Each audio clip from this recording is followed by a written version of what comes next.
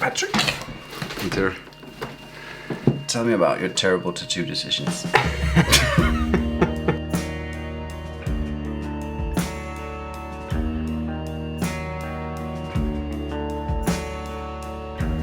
Well, okay, so let's take it from the start so that the audience can follow what the fuck. So, we started communicating 7 years ago or something like that while I was still in Copenhagen. And your first session with me was in Ortiz in Spain near Barcelona. And then you've been tattooed here and there and at random in different places, both by me and by my colleague Kat. We'll get into all the details. Yeah. What is happening is basically a bodysuit in progress, with like shamanic elements, lots of Nordic, some geometry, lots of runes, and a lot of contemporary art, which has caused me much frustration, which we'll also get into.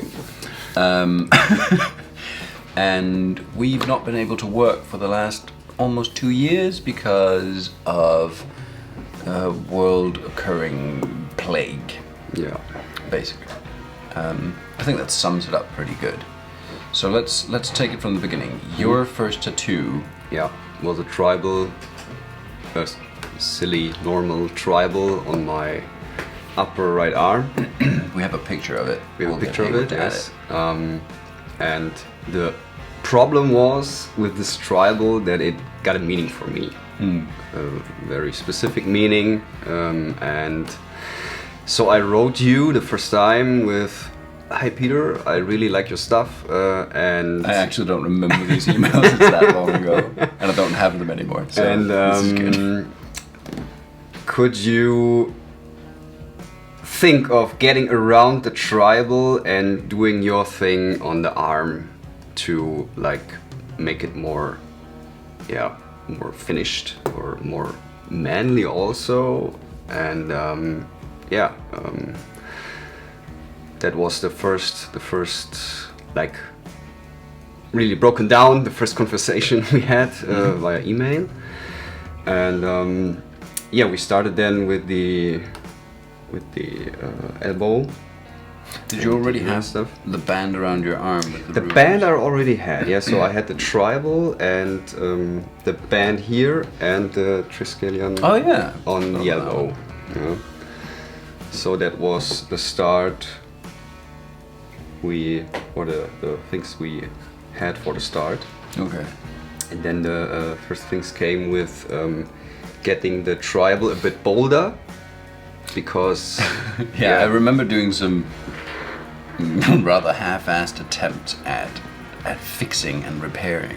Okay, you weren't ready to relinquish that old tribal, and I remember I didn't have much to, like, I couldn't creatively really go many places. No. And it was really frustrating for me.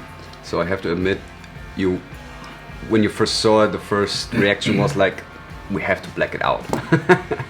Yeah, I remember that. Like, I remember seeing the picture and then seeing it in real life. And on the picture it wasn't good. And in real life it was bad, like butchery bad. Like blowout lines, and the skin was just like macerated. It had really been chewed with a big fucking needle, in every way possible that it shouldn't be. So my initial was just like, let's just make that black, and then we'll distract from it by like thinning it out down your arm and making it more elegant and shit. You were not having that. No, not yet. Not yet. Yes. But I mean, it's like, it's your reality now. You just had a tattooist up front with this kind of style of tattooing, and you didn't know what else was to come. Is there a tattooist which get the things done without scars, without like much bleeding, because it really was hammered in. So when I look at our sessions, it's a real difference, and maybe this was also like kind of having blacking out again, like getting again on this part. Yeah. Except the meaning, I just didn't want it to alter at this time. But then you came up with the idea to get the meaning into the bind runes, and that was kind of thing of where it made click to me to, hey, yeah, that's a really good idea. Yeah, we just translated that and moved it down and made something else out of it. That did a lot. Yeah. I think it's worth mentioning also, like, back then, while I did have a decent portfolio of work, I didn't have the portfolio I have now. So getting anyone, you or anyone else, to understand that you just give it up, give me the control, I'll make something cool, that was a lot more difficult. Because even though people would look at my work and be like, oh, there's some cool pieces, it wasn't like every piece was like the coolest Nordic thing you'd seen. Yeah. So it was a lot more, I had to do a lot more convincing. And at the same time, I wasn't as good at convincing people back then. Because I don't think I was as informative in my emails as I probably am now. Like now I have my human filter John sitting over there who translates my bullshit to people through the internet, through emails, and explains like, look, that's not how he works, and that this is why he doesn't work that way. We've got like PDF documents and videos that Haywood's done about how I work. It's basically like a big carbon filter that clients have to like filter through to understand this is what I want to offer. But back then it was very different. I hadn't developed all of these methods to make people understand what the fuck I do. So you were faced with a more idiot version of me. Because I was probably as arrogant then as I am now, but I had a lot less shit to back it up with. I had a lot fewer epic sleeves, and I don't know. Yeah, I had a lot less years of experience. The first things that attracted me to you was the bodysuit or the half or the armor from Marcin you did, and I said, wow. The armor, cool thing. Yeah. And then also like a Maori tattoo, and I said, wow, really? The Titan project. Yes. Yeah. And I was like, wow, very versatile what he does. And I looked up some, because I'm from Germany, some tattooists who could do, or I just searched for tattooist in Germany first, and didn't see anything like this, so that was the first point where I said, wow, cool. The process with me also giving up control was not easy, also because I am more a person of not letting go so fast and loving to have control. Yeah, I mean, also in this part of thing, it's my body. I have to wear it all the time, all my life. And yes, also with my experience before. Yeah, but I think the most crucial part at the end was to just see how you work with what it's like, I don't know how to say it in English, because in German it's like Kaltschnäuzigkeit. Would it be trustworthiness, or like a like a mutual bond?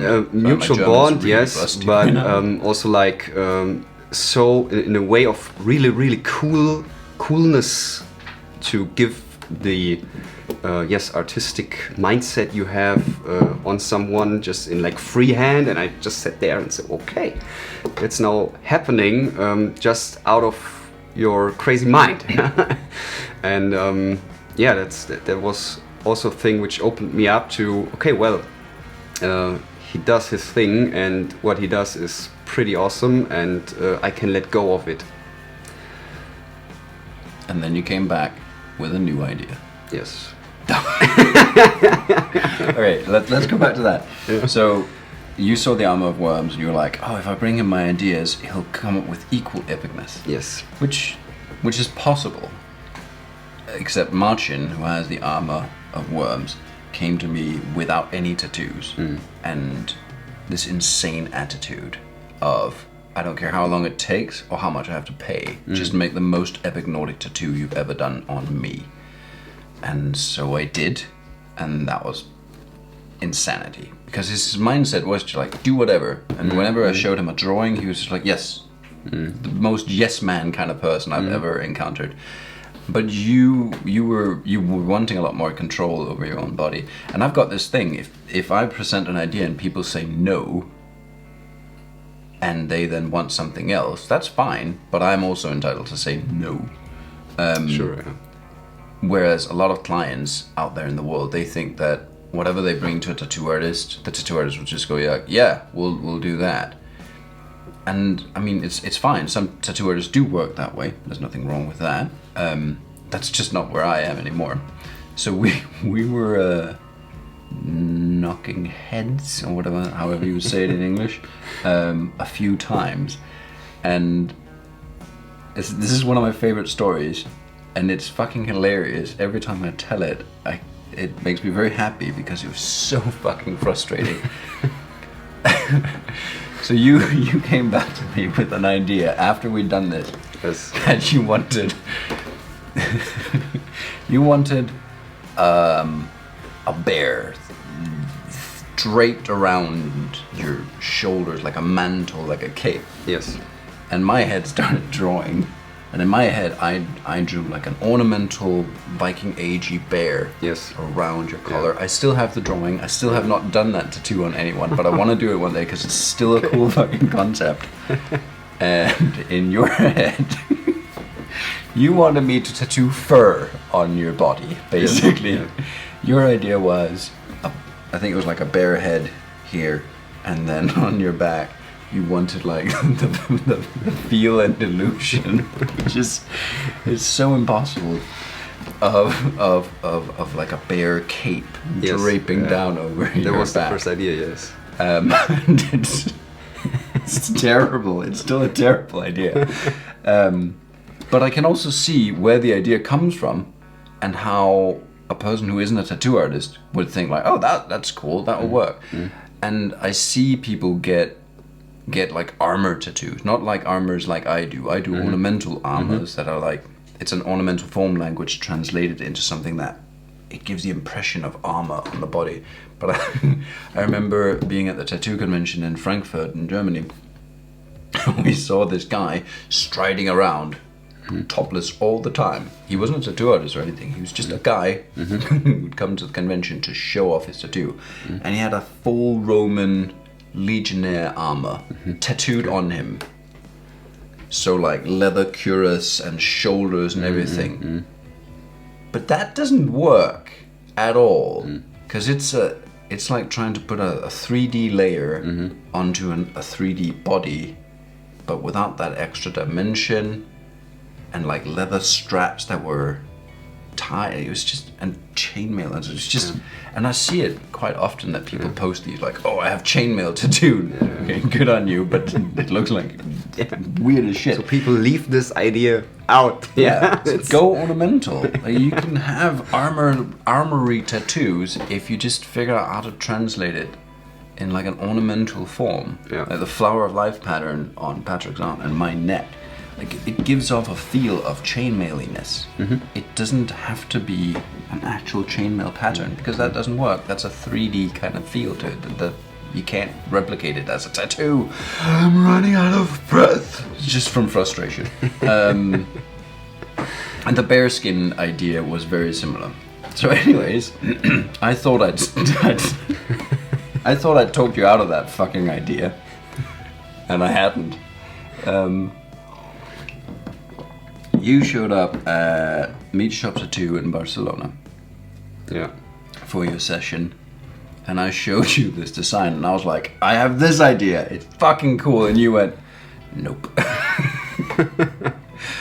And I know my face just went like, what? And you explained, what did you explain? That wasn't what you wanted, basically. No, it was like, could you tell me the difference of bear, worm, dragon, or what the fuck it could be? Oh yeah. You wanted it to be much clearer, a bear. Yeah. That was like the first thing, and then I saw really your frustration and the mechanics going on in your mind, and but I have to say I think though the situation and the experience of it brought us much more together. Oh, in the end. definitely. Because this is the point where, I mean, I've had a similar. Actually, the last video we did, I talked about my conflict with Haywood, who's behind the camera. Our conflict was what made me realize that he's a real human being that I can relate to. And this conflict was very, very similar. Like, a person was willing to speak out against my artistic ideals. And I like that. I like that people don't just put up with my bullshit and they actually want to speak their desires, even if that desire might not work or whatever the fuck. I like opposition and I like honesty. It works really well for me because when people circumvent shit, where I am, somewhere on a spectrum, I can't relate and translate it to me. So that kind of bold honesty, that really works for me. And it definitely brought us closer. After I had a lot of frustration because, well, you kind of explained to me that what you actually wanted was more like an illustrative, contemporary kind of feel to it.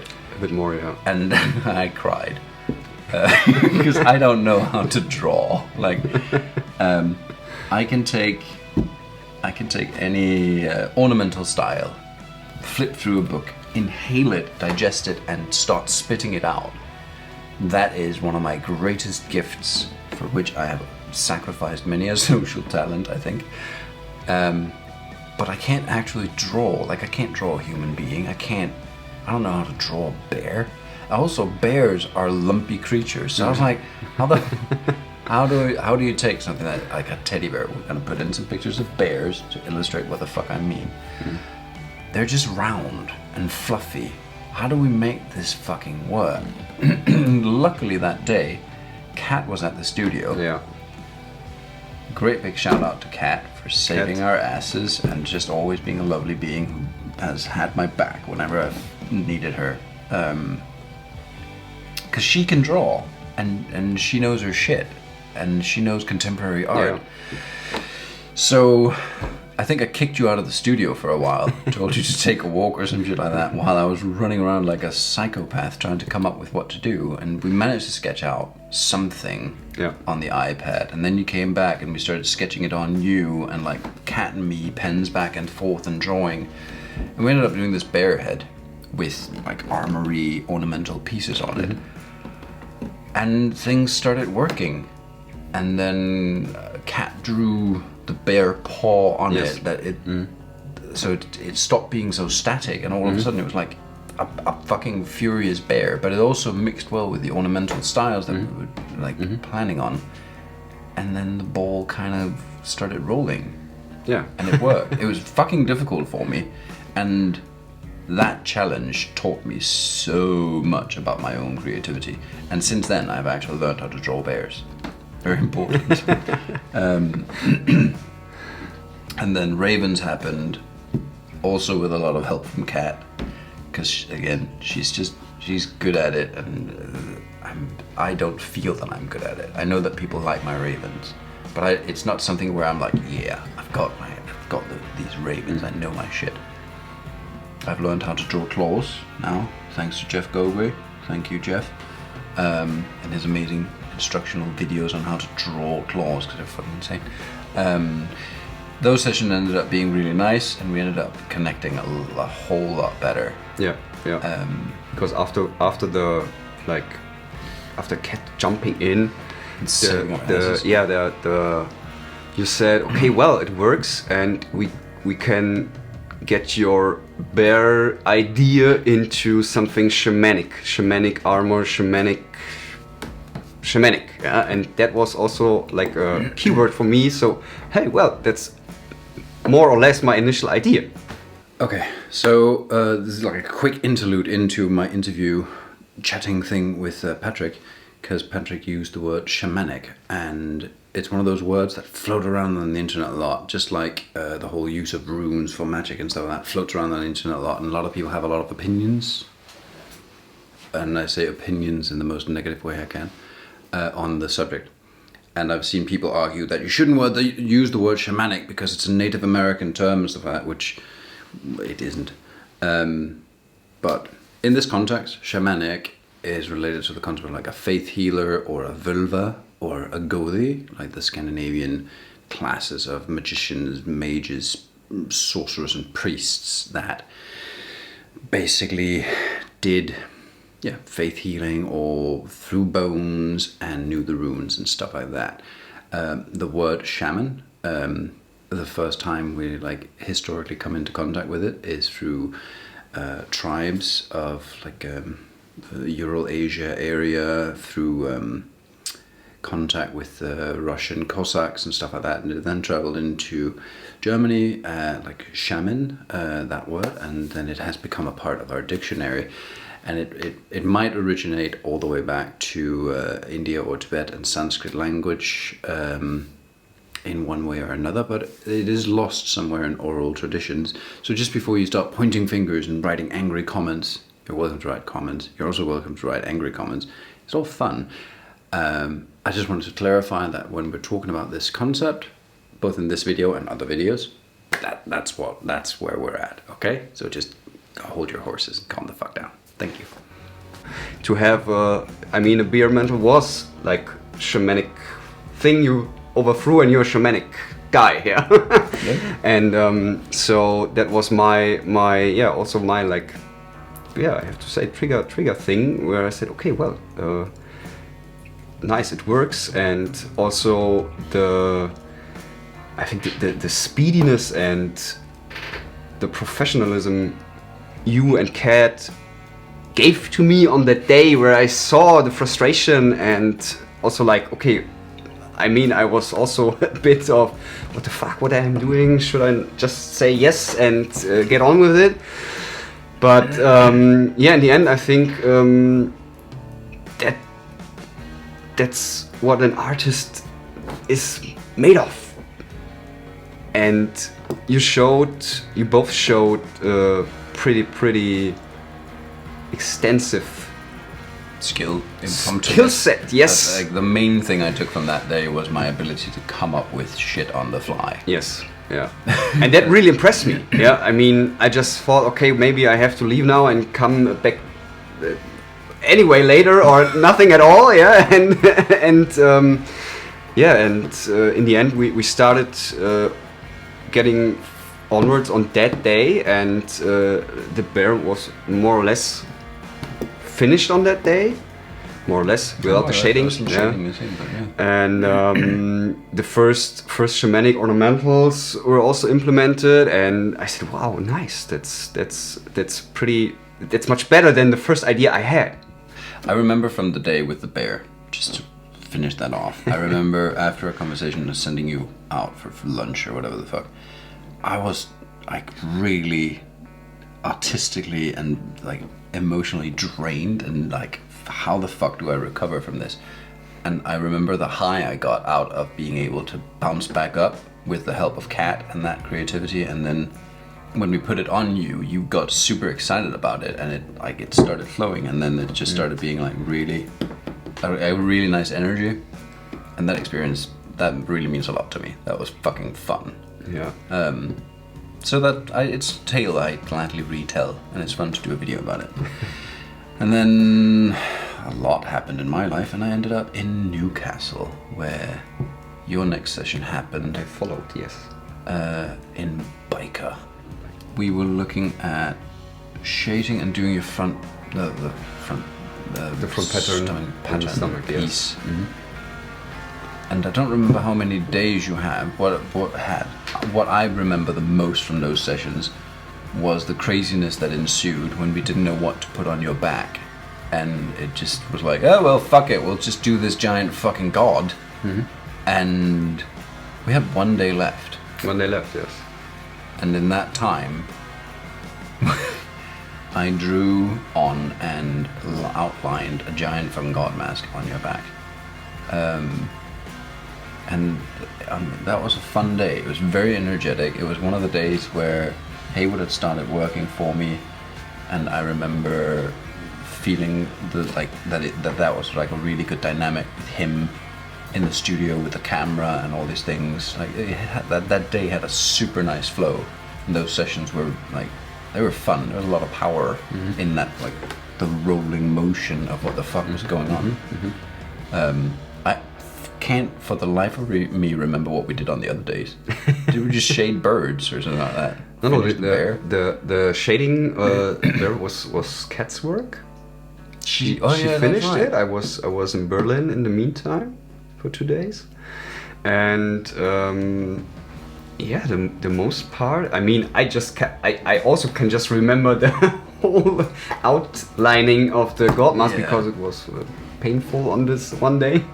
But yeah, we had the thing on the stomach, a bit of. The stomach part is very inspired by the bodysuit on Brad Carpenter. I'm a great fan of this work, and it's also very dense black stuff. And yeah, was also where you said, yeah, Patrick, Brad just told me, do your thing. And then I said, what the fuck? Everyone's just telling him, do your thing, and epic things come out, yeah, so... oh, maybe there's the connection. Maybe there's the truth in it, yeah. And yes, we started then, you came up the day before with this, yeah, let's do a Godmask, and I just said yes. I mean, it was a good decision, yeah. So normally, for the audience, if I'm to do a full Godmask on someone's back, it's planned out quite carefully, and my way of working the skin, because there's a lot of painful areas, a lot of skin to stretch. It's not something where I would try to like apply a design in one day and do the outline, but for some fucking reason, we decided that this is a great idea. Yeah. So to do that much thick outlining in one day, Patrick had to suffer, which I do believe I warned you about. And he also had to help a lot, which is what has now spawned off our little videos about how to stretch skin and how to tattoo in a better way. And Haywood and I have decided that we're going to do a little range of videos focusing on helping other tattoo artists and clients on like skin stretching, pain management, and all these things. So that'll be fun. You've done humanity a service. Yes. And you laying in like child's pose on my tattoo bench, and me working terribly fast, putting in rather large line work on the Godmask that we just finished. Well, it's almost finished. There's a few tentacles that's going to go down on your hip, butt, and the thighs that are missing. But besides from that, that part of the back is now done. It's done, yeah. Which is pretty awesome. It's fucking awesome. It was fucking intense as well. Yesterday was a pretty heavy day. I wish Haywood had been here with a camera when we finished, because I think we were just stumbling around like fucking zombies, talking about where to find food. Standing KO was it? Yeah. Fairly pathetic. And yeah, then you came here to Whitley Bay, sunny Whitley Bay, and we finished the shading in the Godmask. Yes. And then what are we doing? Yeah, do whatever. Whatever your mind comes up with. A completely different attitude than the first time. So there will be things on the neck, things going further down. There's more skin, more bare skin. I actually want to mention something about your neck, because this is fun. You do recruitment. You own a company that does recruitment for the German banking industry. Yeah. And you still have a tattoo on the back of your neck for now, and it's gonna go on to the front as well. Yes. And I think that's worth mentioning, because that's fun. That someone who works with bankers can have a neck piece. Like Brad, who has a neck piece as well, and hands done and shit like that, who works in the American movie industry on like director level or like production level. Don't be limited. Just the world is used to tattoos now. Yeah. I know if you're in the US Army, there's like strict regulations and shit like that, and you shouldn't break those regulations, even if your tattoo artist accidentally tattooed onto the side of your hand. I'm sorry, Manny. It was my bad. I didn't pay attention and I accidentally did something I shouldn't. But the fact that you've gone into that area, which by many in like the white collar business line, that's seen as like taboo to do, and you just did it anyways. Yeah. And I really fucking like that. And there's gonna be more of that. Yes. And then Hands, I think. palms of your hands. Palms of my hands. Yeah. That's a fun idea. That's gonna be a fun session. And then the rest of your skin, basically. We're just working bit by bit towards a bodysuit. That's the idea, yeah. And to me, from there to what we're doing now has been such an insane journey of like hammering my head against the wall because I had a client who was completely unable to understand what I do and what I want to do, to now just having freedom to create a fucking crazy bodysuit based on like Norse magic and mythology and like the whole Gothi priest and berserker kind of feel to it. Yeah. That's a long fucking journey. It's very far from each other. That's right.